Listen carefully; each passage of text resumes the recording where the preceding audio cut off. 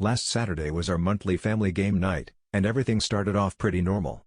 My cousin brought her infamous 7-layer dip. We still don't know what layers 6 and 7 are. My dad was already complaining about the TV remote being sticky, and my Uncle Tony arrived wearing his usual tracksuit and a suspiciously large duffel bag.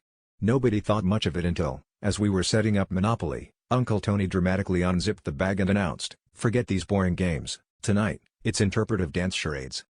We all laughed it off, assuming he was joking, but Tony was already rolling up the carpet and stretching like a gymnast.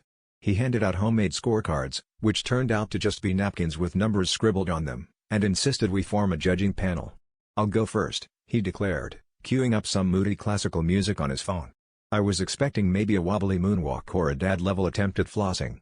Instead, Tony launched into a full-on performance, lunges, pirouettes, and what I can only describe as aggressive jazz hands aimed directly at my grandmother. After 5 minutes of flailing limbs and intense eyebrow waggling, we were stumped. Was he a tornado? A caffeinated octopus? An interpretive reenactment of his last tax audit? With a final flourish, Tony collapsed onto the couch, wiped his brow, and looked at us expectantly. My cousin ventured, Swan Lake?"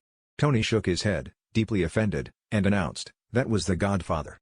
We all stared at him in silence, trying to connect the dots between Marlon Brando and whatever that dramatic worm wriggle was. He stood up, chest puffed out, and said, "I thought the cannoli mime was a dead giveaway." At that point, my grandma leaned over and whispered, "Well, he certainly left us with an offer we can refuse, ever letting him pick the game again."